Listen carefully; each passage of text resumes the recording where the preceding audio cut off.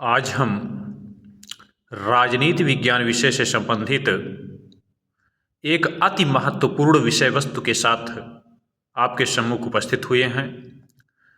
यदि हम पाठ्यक्रम के दृष्टिकोण से देखें तो यह स्नातक द्वितीय वर्ष के छात्रों के पाठ्यवस्तु से संबंधित अति उपयोगी विषय वस्तु है, किंतु न केवल यह विद्यार्थियों शिक्षार्थियों के लिए उपयोगी है अपितु समस्त मानव के लिए एक मौलिक दृष्टिकोण स्थापित करने के लिए अति उपयोगी विषय वस्तु है।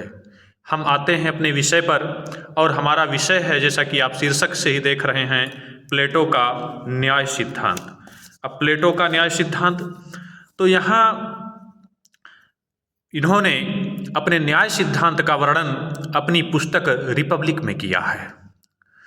यह सुकरात व अन्य पात्रों के बीच संवाद पर आधारित है, जिसमें सर्वप्रथम इसका स्पष्टीकरण करने का प्रयास किया गया है कि न्याय क्या नहीं है। कोई प्लेटो ने अपना एक न्याय सिद्धांत देने के बजाय सबसे पहले इस पर दृष्टिकोण अपना रखा है कि न्याय क्या नहीं है, या जो उस समय तात्कालिक समाज में न्याय के संबंध में धारणा थी उस पर पहले स्पष्टीकरण देने का प्रयत्न प्लेटो के द्वारा किया गया है। चूंकि यह संवादात्मक शैली में आधारित है और जिसमें फुकरात व अन्य पात्रों के बीच संवाद के माध्यम से इसके स्पष्टीकरण का प्रयत्न किया गया है, तो सर्वप्रथम हम लोग थोड़ा सा संवाद के कुछ मूलभूत जो है पात्रों से अवगत हो लें और उनके बीच जो न्याय के संदर्भ में मूलभूत संवाद हुआ था थोड़ा उसका हम चर्चा करेंगे। तत्पश्चात हम अपने विषय वस्तु पर आएंगे। तो इसमें प्रमुख पात्र हैं ग्लौकन, अरिमेंटस, सेफालस, पॉलीमार्कस और लिसियस। शुरुआत होती है कि सुकरात एक बार किसी मंदिर, किसी देवालय में पूजन के लिए गए हुए थे। वहीं पर उनकी भेंट सेफालस के पुत्र पॉलीमार्कस से होती है और पॉलीमार्कस कहते हैं कि कृपया पूजन के पश्चात यदि आपको समय मिले तो हमारे घर पधारने की कृपा करें। सुकरात कहता है कि अवश्य। वृद्धों से बात करने में हमें अत्यंत आनंद की अनुभूति होती है। इससे उनके जीवन व अनुभव के बारे में हमें ज्ञान प्राप्त होता है। वह पॉलीमार्कस के घर पहुंचते हैं, जहां उनकी मुलाकात उनके पिता सेफालस से होती है। सेफालस से बातचीत करते हुए सुकरात प्रश्न करते हैं कि सुना है बुढ़ापे में जीवन बड़ा दूभर हो जाता है। सेफालस उत्तर देते हैं कि यह व्यक्ति के चरित्र व स्वभाव पर निर्भर करता है। यौवन में विलासितापूर्ण जीवन बुढ़ापे में अभाव पर कष्ट का कारण बनता है। यदि यौवन काल, युवा काल में हमने दुर्गुण युक्त जीवन जिया है, विलासितापूर्ण हमने जीवन का उपभोग किया है, तो बुढ़ापे में जब हमारे पास अभाव होगा तो अवश्य जीवन दूभर होगा। सुकरात फिर प्रश्न कर बैठते हैं, आप लोग अमीर हैं, आप सदचरित्र हैं, अस्तु आपके मुख से कही गई इस बात को समाज मान्य नहीं करेगा। फिर सुकरात उत्तर भी देते हैं कि निर्धन सज्जन पुरुष व अमीर दुर्जन पुरुष के लिए बुढ़ापा तो क्या, यौवन काल भी काफी कष्टकारक हो जाता है। यदि सज्जन पुरुष भी है किंतु वह निर्धन है तो भी उसका जीवन कष्टकारक, अभावग्रस्त हो जाता है। पुनः प्रश्न करते हैं सुकरात सेफालस से, आप संपत्तिशाली हैं, आपके द्वारा संपत्ति से क्या लाभ कमाया गया?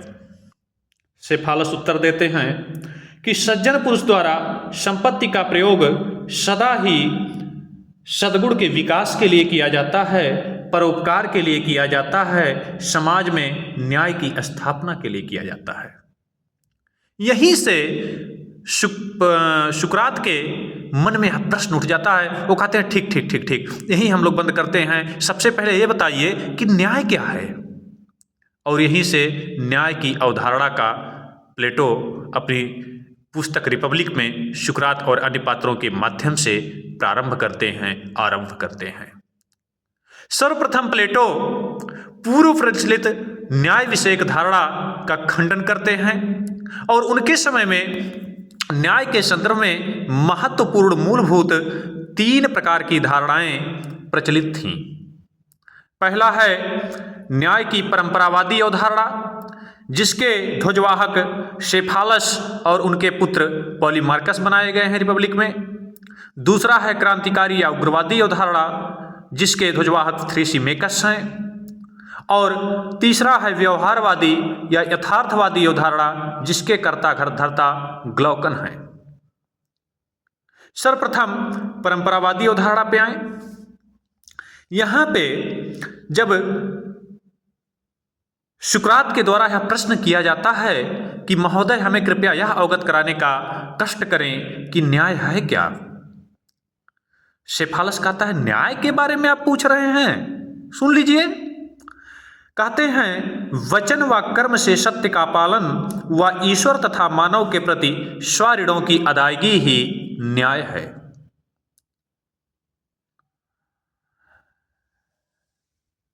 सुकरात कहते हैं महाजन इत्तेफाक नहीं रखता मैं। पॉलीमार्कस कहता अच्छा ठीक ठीक ठीक, मैं बता रहा हूं, हमसे सुनिए। अब उनके पुत्र कहते हैं, सेफालस के पुत्र पॉलीमार्कस, कि प्रत्येक व्यक्ति को उचित व्यवहार देना जिसका कि वह अधिकारी है। यानी इसमें 3 बातें हैं। पहला, प्रत्येक व्यक्ति को उचित व्यवहार देना जिसका कि वह व्यक्ति अधिकारी है, जिस व्यवहार के, न्याय है।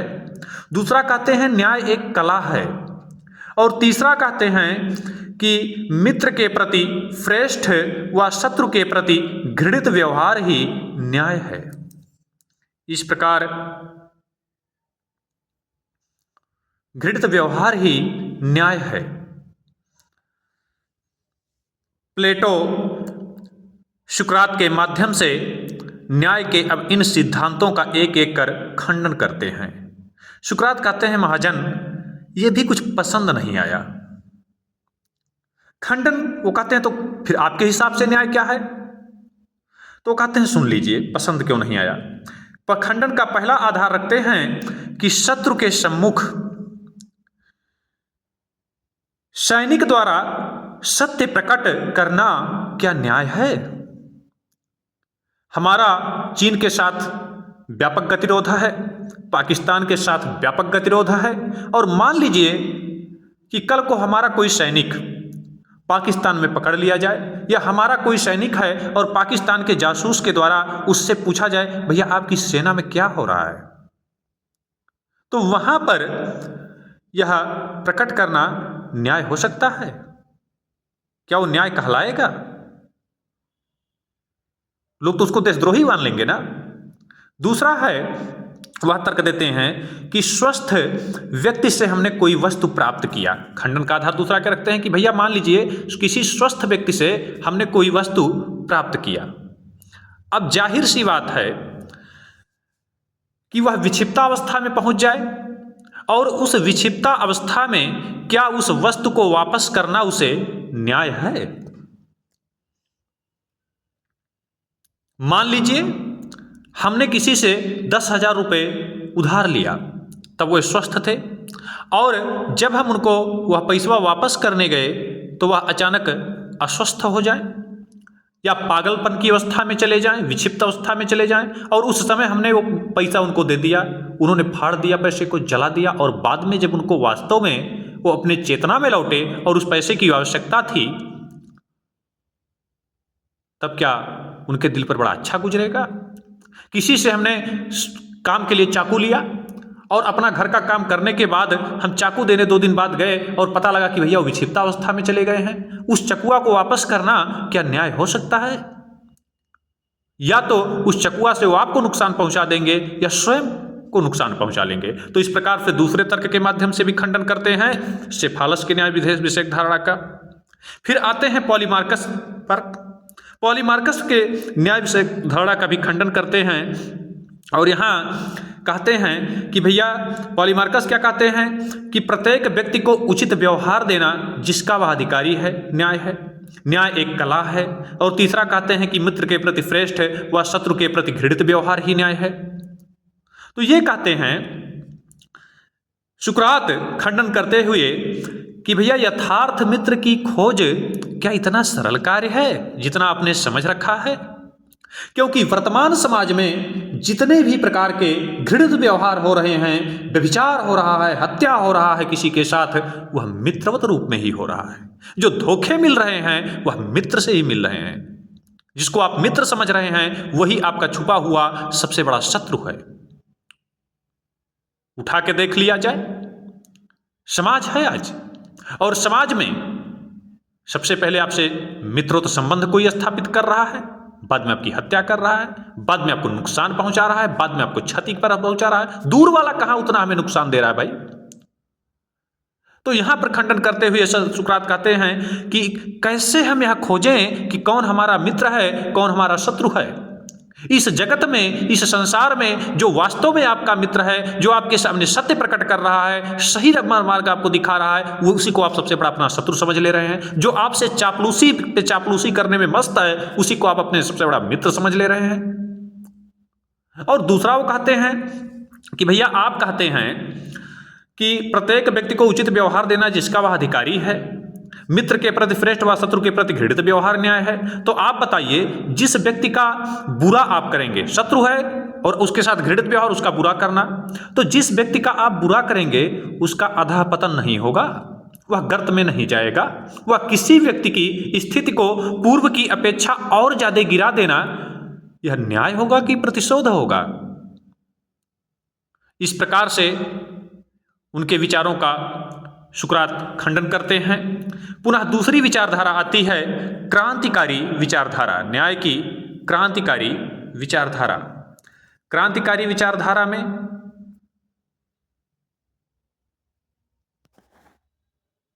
एक मिनट,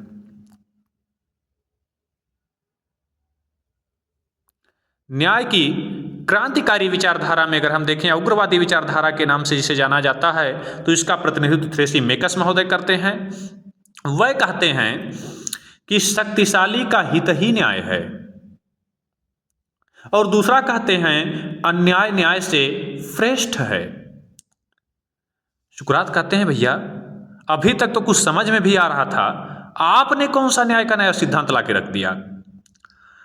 वो तर्क देते हैं, कहते हैं सुनिए महोदय, सत्तासीन शासक द्वारा स्वहित की पूर्ति का ही प्रयत्न किया जाता है। जो सत्ता में जा रहा है वह अपने हितों की ही सबसे पहले पूर्ति कर रहा है, और बेईमान व्यवसायी ईमानदार की अपेक्षा उत्तम स्थिति में, कहीं उत्तम स्थिति में होता है। दूसरा तर्क देते हैं। और तीसरा वो तर्क देते हैं कि भैया ईमानदार द्वारा अनैतिकता का पालन नहीं किया जाता है, अस्तु उसके इष्ट और मित्र भी नाराज हो जाते हैं उससे। पक्ष भी है, जो सत्ता में जा रहा है, प्रधान जी गांव के हुए तो सबसे पहले अपनी पीढ़ी बनाने में जुटे हैं कि जो है न्याय करने में जुटे हैं। बेईमान व्यवसायी, दो व्यवसायी हैं, कोई आपका बहुत बड़ा उत्तम जो है मित्र हो, किसी व्यवसाय में लगा है, उसके यहाँ आप जाएंगे और उन्होंने कहा ईमानदारी से कि भैया देखिए ये जो है 120 रुपए की साड़ी है, 150 में मैं बेच रहा हूं, और आपसे मैं 120 का 20 केवल लूंगा, उससे ज्यादा नहीं लूंगा। आप कहेंगे अरे एको रुपया ना छोड़बा, ये स्थिति होती है। और बगल में कोई चापलूस किस्म का हो, उसके यहाँ आप चले गए, भागे 1 रुपया ना छोड़ीस, आप चले गए उसके यहाँ, उन्होंने जो है वही 120 वाली फड़िया है, उन्होंने कहा कि महोदय 150 रुपए की साड़ी है, लेकिन अब आप चले आए हैं, हमारे इतने करीब हैं, तो मैं 140 में दे रहा हूं, 20 रुपया लाभ में भी है और आपका हितैषी भी है। फिर वो कहते हैं कि ईमानदार द्वारा अनैतिकता का पालन नहीं किया जाता है, वह नीतिगत रास्ते पर चलता है और इसलिए उसके इष्ट और मित्र भी नाराज हो जाते हैं। जैसे हम ही हैं, अपने को ही ले लें। तो जब नंबर देना होता है बच्चों को तो उसमें कई लोगों के फोन आते हैं कि भैया थोड़ा देख लीजिएगा। अब हमारी समस्या यह है कि हम बच्चे को देख लें कि हम आपको देख लें। हम आपका चेहरा देख के नंबर दें कि बच्चे का चेहरा देख के नंबर दें। जो बच्चा रेगुलर आ रहा है, जो बराबर इस कॉलेज में आ रहा है, अनुशासित है, पठन पाठन के उच्च मानदंड स्थापित कर रहा है, हम उसको हाईएस्ट रखेंगे, उसको उच्च पर रखेंगे कि आपको रखेंगे कि आपका फोन आ गया। और अगर ऐसा कर रहे हैं तो घमंडी हैं, दुष्ट हैं, असामाजिक हैं, इस प्रकार का तमगा मिलने लगता है। चलिए, किंतु इनके भी तर्कों का सुकरात के द्वारा खंडन किया जाता है। खंडन सुकरात करते हैं कि शासन करना एक कला है और सभी कलाओं का लक्ष्य उन दोषों को दूर करना है जिससे कि उसका संबंध है। जैसे मान लीजिए हम शिक्षक हैं तो हम अध्यापन का कार्य कर रहे हैं, तो हमारा कार्य ये नहीं है कि बच्चा क्या हमसे चाहता है, अपितु हमारा कार्य है उसकी इच्छा के बजाय हम उसकी आवश्यकता पर बल दें। हम उसकी आवश्यकता की पूर्ति के लिए प्रयास करें, ना कि उसकी इच्छा के लिए। उसकी इच्छा है कि सर आज हम घूमना चाहते हैं क्लास से, घूमने में उसकी भलाई नहीं है, हमें यह देखना है कि उसकी आवश्यकता क्या है।